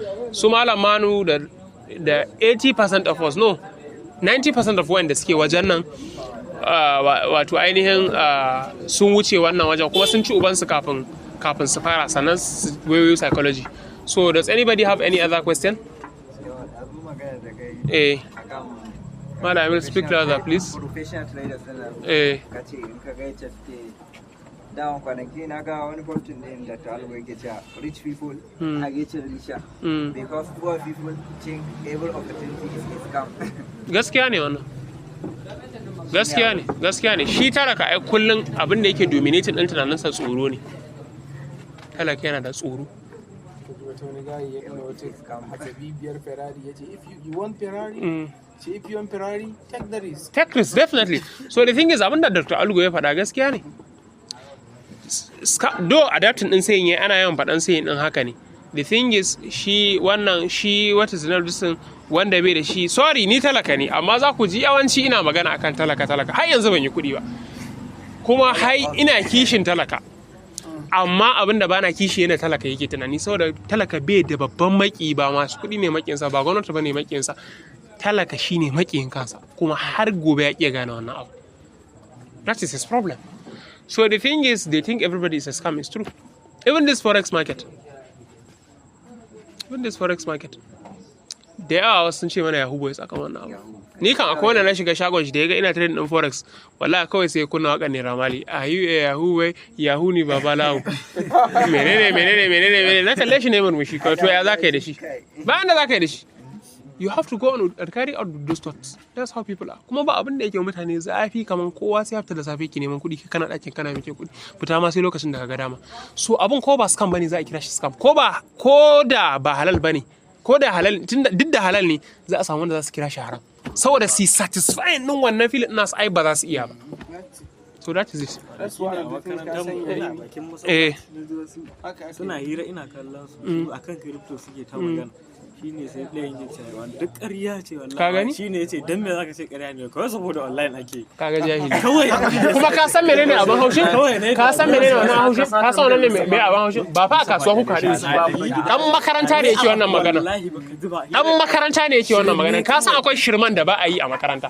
In mutum ya a makaranta sai zama akwai shirman da a kasuwa ake yanzu ko kasuwa ka je in ka je kasuwar Wambai ko kuma ka je kasuwar Kurmi za a ga hayaniyar da ake dabanci da kasuwar da ake sayar da littattafai ba sa ihun ka zo ka sai kayan su saboda sun san ka san muhimmancin me kaka ba sa kafa da kayan saboda sun san barayi ba sa yi to akwai shirman da an kai shi a makaranta kuskure to kaga yanzu to matsala yan garin mu kenan dan garin Kano za ka ga yana zuwa makaranta amma wawa ne wawaye ne yan garin nan wawaye ne yan garin nan so that is wallahi ka san yana maganar ta kawai ga na fara tuna na ma a gaban kai ba ai shi dan shi dan shake shi ko wannan shi wallahi tallahi nace wannan da gaban Ali wannan magana ba san me zai ce a zan salle shi ne tas zan salle shi wallahi saboda online ake aji jahi wani abokin mu wai mun zo ya ga na zo ina kallon kan sai na dan ma'a daga gefen shi kawai sai ta so mu sai to wannan abun za ku rubuta yi haramun kaza inna lillahi inna ilaihi tsaya yana kallo na yana ga mun haramun nake nace sai tashi shikenan yanzu kai baka ji kunya ka zo ka ga ina abu kace haramun nake yi ba shikenan akwai irin sadis akwai wanda bai taba zaton ina trading in crypto ba dama can akwai resentment tsakanin mu da shi ni dan boko ne shi ai gwar da kawarware shi shikenan ni yana ganin na dan boko su kuma ka san akwai gaba tsakanin dan boko da wanda shi ba dan boko bane so kullum yana da mu gaisa sama sauran sai wata rana ana hira crypto ya zaci ban san komai ba sai muna ta hirar yana ji ya ji nima ina kawai sai ta takalman sai wajen baya so ma ya ji how the thing is beneficial ai ba zai zauna ya ji abin da zai amfani shi ba saboda baya san abu that is your problem haka akai da Yarimi da ya magana akan forex halal ko haram da ya fusata ran sai ya bashi ya ce ba fara wannan ba sai da ya je masallacin Madina ya samu chief imam a cikin malaman da suke bada fatawa ya mai bayanin menene forex ya ce mai as long as za ka yi executing ka ta tafi a lokacin wannan alaƙi da waye ya ce su saboda haka ni karka zo ka dame ni da wai halal ko haram kana wani kalubalanta ta idan har kana so ka kalubalen ba ni za ka je ka kawo jiki ka tafi Madina ka je za ka ajiye ya ce ka gaya mai ka san bari ga ma wani abu ya daga cikin abin da ya cuci musulmin Northern Nigeria ka san menene har yanzu yadda musulmin Northern Nigeria yake addini ba haka ake addini yana da waɓa fahimta addini shi yasa yake ci gaba so da shi a tunaninsa addini is not a progressive something shi addini kawai an yi shi ne a tunaninsa kai sallah a tunaninsa ka zama wani hamid wani mutum wanda baya engaging a abubuwan duniya wa ya gaya mu shi yasa an ce wai al-yawm akmaltu lakum dinakum ce to yanzu wannan shi zaka shi tsakko kai mun ai wauta ne kaji barin ma yanda mutane suke fasara ayan nan ba haka bane ba an ce al-yawm akmaltu lakum dinakum ba to ayar ranar da aka saukar da ita ma ai ba ranar aka tsaye da wahayi ba abu na farko kenan abu na biyu aya tana nufin ranar da aka bada ma'aunai da a ce aya tana nufin yadda suke fasara ta da yau ba a bada fatawa wala ba za a bada fatawa ba amma yau in abu ya fito sabo a duniya mutunci sai an bada fata sai a ce a koma in aka fassara ayan da suke fassara ta ai sai dai a dinga komawa to the basics sai a koma wancan zamani to abin da yake bani haushi shine wanda ba su da fuskantar addinin sun fi kowa zakewa akai shi yasa ni duk abin da nake a rayuwa ina avoiding din mayan addini kaga mayan addini ka raba kanka da shi ba wai san addini shine mai ta addini ba a religious fanaticism akwai wani hadisi ban san sahihancinsa ba amma annabi yana cewa kar ku zama kuna da irin wannan tsaurin a addinin yana mai da mutum wawa kuma wallahi ka kula yawanci mayan addini wawa ne kuma yawanci za ka ga ba su da kwakwalwa in ko kula ɗaliban ilimi ba su fiye hira akan addini wuta aljanna yanzu kwanaki chess na kawo layin wani yana gani ka san me yace ba fa haka bane a cikin zuciyar shi amma kuma dan ya karya mutanen layin mu ƙwarin gwiwa kan kasi sai ce ai wannan lata da uzani gunkuna kuma na rantsi da girman Allah ko karatun tsarki bai iya ba amma a haka an samu wanda ya je makaranta fa ya yi jami'a fi shi karatun addini ya biye masa so da an yi alakanta abin da addini ana cutar mutane da sunan addini shi yasa an zami harka da kai kana fara kamun Allah da annabi na san yawanci masu irin wannan halin cutar da mutane shi yasa kaga ina raba ka da ustaz kaga ustaz mai nuna cewa shi na Allah ne zai ci ma mata ya ci ma kuɗi duka ba a bashi amanarsu ba a bashi amanarsu gwara mutum ya nuna maka shi dan duniya ne. Kan maganar na dan sun waka. No worries. Sai muka zo kan maganar mata. Yanayin yadda ake nazartar rayuwarsu. Sai yake ga mun wai shine bai san mata ba, shi ne yake zuwa kasuwa. Na ce me a kasuwa me sanin alaƙar sanin mata. Kana harkar blouse keke ne. Maimakon ya ce ya san wani aspect na mata. Yawwa. So that is it. So bangaren neman sauki abubuwa. To ai shi jahili yana ganin he knows it all. Jahili ba ya taba yadda shi jahili kaifi ɗaya ne. Shi abin da ya sani shine kawai a ba duniya. So that is it. So ina ganin ma mutum yana abu ka tambaye ka duka wannan is going wannan karmashi yake gara abin na malam Mubarak yi mana addu'a mu tashi.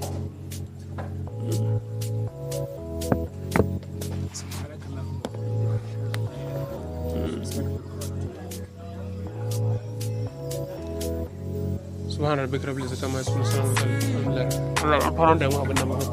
So till next week.